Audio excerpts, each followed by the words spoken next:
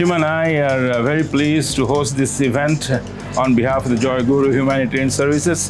This is a blessed occasion because our Guru instructed us to help the people, and your help that you have come here and sponsored and supported us will make us do more for the community, for people, those who need help.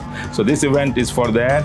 It's got dual purpose, giving you all a taste of what Indian classical music is all about, and also try to raise some funds so that we can help people and bring a little balance in the world.